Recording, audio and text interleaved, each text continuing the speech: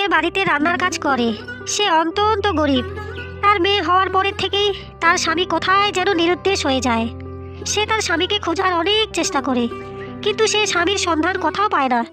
তার কপালে যে ভগবান কষ্টই লিখে দিয়েছেন, এই ভেবে সে তার মেয়েকে একা হাতে মানুষ করছে। কুসুমের সংসারে বড্ড অভাব অনটন।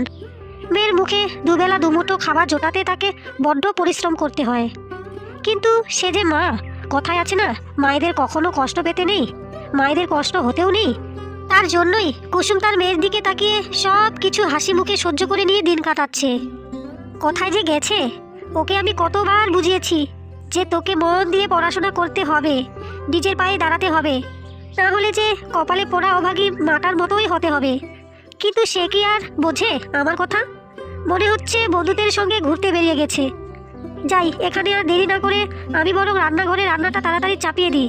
একটু দেরি হয়ে গেলে কর্তামা আমার উপরে বড্ড খিটিস মিটিস করে। ভালো লাগে না আমার। রান্নাটা যে আমি আগেই করে দিয়ে আসবো তারও তো কোনো ব্যবস্থা নেই। আমার মেয়েটা ঘরে খাবে।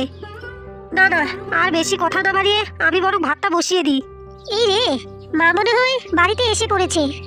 ওই তো রান্নাঘর থেকে কেমন একটা আওয়াজ আসছে।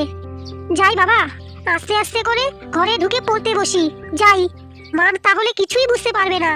আমি বলবো আমি তো ঘরেই ছিলাম, তুমি আমায় দেখতে পাওনি। তিরকে তীর, তির দুকু দি 6, তির তিরিকা 10। এই 3 তিরিকা 10 হয়? কি জাতা পড়ছিস? একটু বইটার দিকে তাকিয়ে মন দিয়ে পড় দেখি। মা, আমার মনে হয় বইতেই ভুল লেখা আছে। আমি তো ঠিকই পড়ছি, মন দিয়েই পড়ছি তো। এই তো এতক্ষণে বাইরে থেকে ঘুরে এলি, এখন তোর মনটা বাইরেই পড়ে রয়েছে। একটু তো মন দিয়ে পড়াশোনা কর মা। এই রে, মা মনে হয় সব বুঝে গেছে। কিন্তু মা কি করে বুঝে গেল?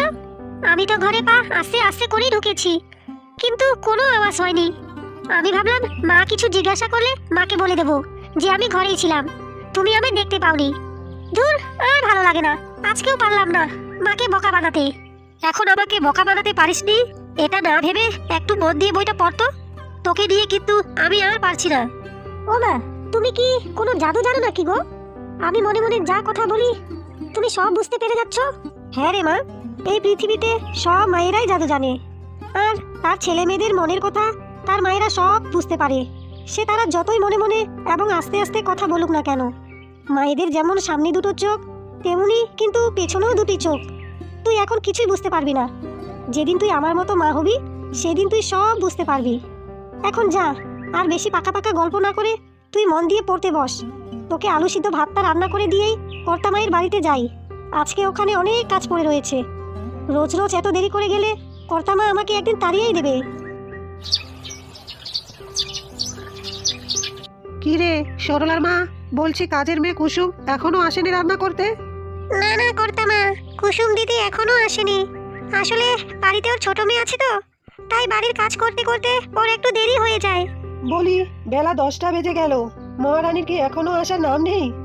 ওর জন্য কি আমরা বেলা 1টার সময় ভাত খেতে বসবো? ও আজকে আসলে ওর মাথায় এ কথাটা ভালো করে ঢুকিয়ে দিস। এরকম যদি ও দিনের পর দিন দেরি করে কাজে আসে তাহলে ওকে তাড়িয়ে দেবো আমি এই মাসে। বাজারে ভাত ছড়ালে না কখনো কাকের অভাব হবে না। ওর মতো কাজের মেয়ে না আমি 100টা আরো পেয়ে যাবো রে। কর্তা মা, বাজারে হয়তো আপনি অনেক কাজের মেয়ে পেয়ে যাবেন, কিন্তু কুসুম দিদির মতো সহজ সরল কাজের মেয়ে এই এলাকায় আপনি আর একটাও পাবেন না। ছাড় তো, একটু বেশি করে যদি টাকা দেওয়া যায় না তাহলে সবাই সৎ সরল হয়ে যায়। আর হ্যাঁ, তুই ওর হয়ে এত কথা বলছিস কেন রে? ও কি মাইনেটা দেয় না আমি দিই? আমার তো এবার মনে হচ্ছে ওর মাইনে থেকে কিছু টাকা তোকে দেয় ওর হয়ে না করার জন্য। যাকে আজকে কিন্তু ও আসলে যা যা আমি বলতে বললাম তুই বলে দিবি। আমি কিন্তু এবার ওকে শেষ সুযোগ দিয়ে দিলাম। এরপর থেকে ও যদি দেরি করে আসে ওকে আমি সাটাই করব।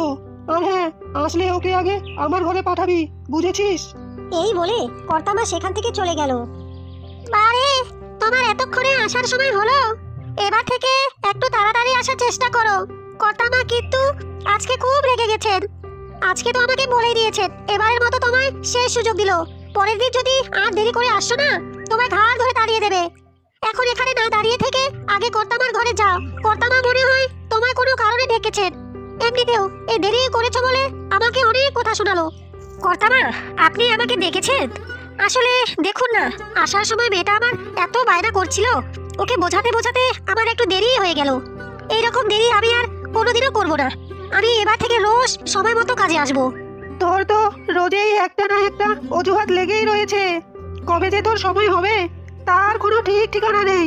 শোন, তোকে একটা কথা পরিষ্কার করে বলে দিই, তোর জন্য কিন্তু আমরা রোজ রোজ দেরি করে খাবার খেতে পারবো না। আমি তো কোনো দিনই দেরি করিনি, ঠিক সময় খাবারের ব্যবস্থা আমি করে দিয়েছি। আমার কাজে তো কোনোদিনও গাফিলতি দিইনি। উদ্ধার করেছিস আমায়, ঠিক সময় আমায় খেতে দিয়ে আমায় একেবারে উদ্ধার করেছিস। এটা তোর কাজ, আর এটার জন্য আমি তোকে মাসে মাসে মাইনে দিই। আমি কি আর জানি না রোজ রোজ ওই বল্টুর মা তোর জন্য রান্নার জোগাড় করে দেয়।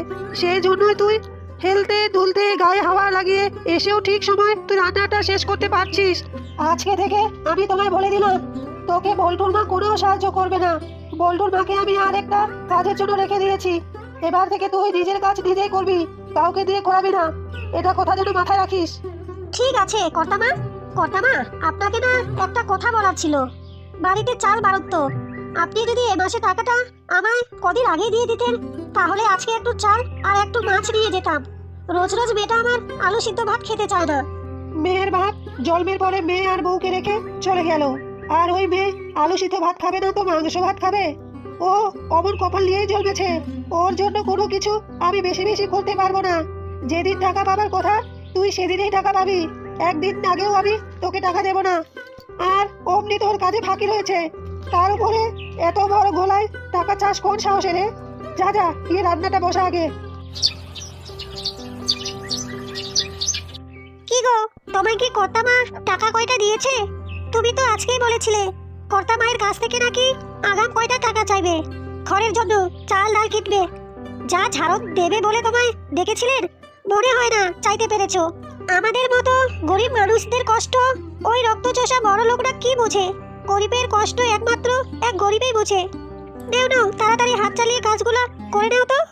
আমি তোমার রান্নার জোগাড় সব করে দিয়েছি। কাল থেকে কিন্তু আমি রান্নার জোগাড় করতে পারবো না। ওই বুড়ি খুব চালাক, ও বুঝতে পেরে গিয়েছিল জানো, ওই জন্য সবজির বাগানের দায়িত্ব আমাকে দিয়ে দিয়েছে।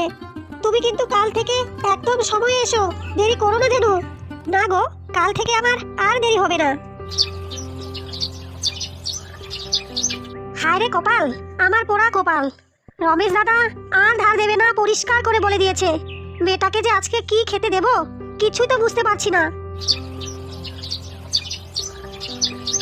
মা, আজকেও তুমি পেঁয়াজ দিয়ে আমাকে ভাত খেতে দিয়েছো? রোজ রোজ এই শুকনো ভাত খেতে ভালো লাগে না মা। ওরে মা, তুই কেন বুঝতে চাস না? তুই যখন বলছিস যে তোকে শুকনো ভাত খেতে ইচ্ছে করছে না, তখন যে আমার খুব কষ্ট হয়। কিন্তু আমার যে আর সামর্থ্য নেই। কত করে কর্তামার কাছে কটা টাকা চাইলাম, তাও দিল না। তাই একটু আজকে আমি জোগাড় করতে পেরেছি। আজকে একটু কষ্ট করে খেয়ে নে না মা। আরে মা, আমি তো মজা করছিলাম তোমার সাথে। এই ভাতটাই যে তুমি আমার জন্য জোগাড় করতে পেরেছো, এটাই তো আমার কাছে অমৃত মা। বিশ্বাস করো। জানো তো মা, আজকে যখন আমি মোনাদের বাড়িতে খেলতে গিয়েছিলাম, তখন দেখলাম যে ওদের গাছে কি সুন্দর বড় বড় কুল হয়েছে। আমাকে একটাও দিল না জানো। হার কিপটে বুড়ো একটা আমাকে বলল, তোর যদি এত কুল খাওয়ার ইচ্ছে হয়েছে তাহলে তুই কিনে খা, আর না হলে বাড়িতে গাছ বসিয়ে খা। আমি যেখানে কাজে যাই সেই বাড়িতে অনেক কুল গাছ আছে রে মা। আমি তোকে কালকে কটা কুল এনে দেবো, তুই তখন তৃপ্তি করে খাস। আগাম টাকা দেয়নি তো কি হয়েছে, আমার মনে হয় কুলটা উনি ঠিকই দেবে। মা, ও মা, দেখো আমি এসে গেছি। বাড়িতে কি আছো? কি গো মা, একটু বাইরে বেরিয়ে এসো। এ কি কুসুম, তুমি এখানে? এত বছর পর তোমাকে এইভাবে এখানে দেখতে পাবো আমি এটা কখনো ভাবতেও পারিনি। ক্ষমা করবেন দাদা বাবু, আমি আপনাকে চিনি না, আর আমার মেয়েও আপনাকে দেখলে চিনতে পারবে না, কারণ সে তো জন্মের পর থেকেই তার বাবাকে চোখেও দেখেনি। সে আর আপনাকে কি করে চিনবে? আমি জানতাম না যে আপনি এই বাড়ির ছেলে। যদি জানতাম যে আপনি এই বাড়ির ছেলে, তাহলে কখনো এই বাড়িতে কাজে আসতাম না। বড্ড বোকা ছিলাম আমি। জানেন, যখন আপনি আমাদেরকে ছেড়ে চলে গিয়েছিলেন একটা সদ্যজাত শিশু আর মাকে একা রেখে, তখন আমি তোমাকে পাগলের মতো খুঁজে বেরিয়েছি। কি বলুন তো, যে নিজের ইচ্ছে হারিয়ে যায় তাকে খোঁজার সাধ্য ভগবানেরও নেই। তাই আমি আশা ছেড়েই দিয়েছি আপনার প্রতি। আপনি ভয় পাবেন না, আমি কিংবা আমার মেয়ে কোনো দিনই আপনার কাছে আসবো না। আপনি যেমন আগে একা ছিলেন, এখনো আপনি আমাদেরকে ছাড়া থাকতে পারবেন, আর পারলে অন্যজনকে বিয়েও করতে পারেন। সেই স্বাধীনতা আপনার রয়েছে। কুসুম, তুমি আমাকে ক্ষমা করে দাও, আমার বড্ড ভুল হয়ে গেছে। এরকম ভুল আমি আর কোনোদিনও করব না। তুমি আমাকে ক্ষমা করে দাও কুসুম। এরকম ভিডিও পেতে চ্যানেলটি এখন সাবস্ক্রাইব করে পাশে থাকা বেল আইকনটা বাজাও এখন।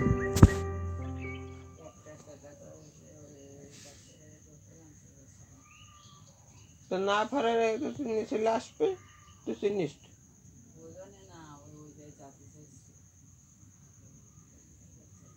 তো তুই এখন যে দেখ মামার কাছ ফোন দিলে পাওয়া যাবে।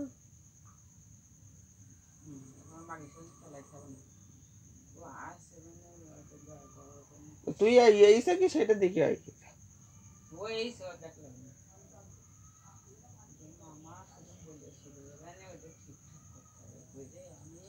ও মামাও যাবেন না, ও পারবেন, ও আম্মু পারবেন। আগের বারও গেলাম বললো না, আম্মু পারবে।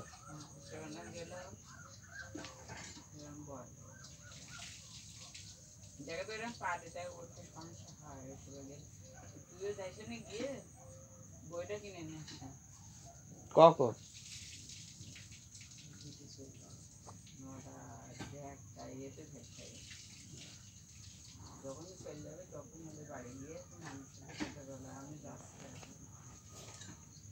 নয়টার ওখানে গেলে তো তখন কি ব্যাংক খুলবে? ওসব ফোন করে জিজ্ঞেস করি না বা।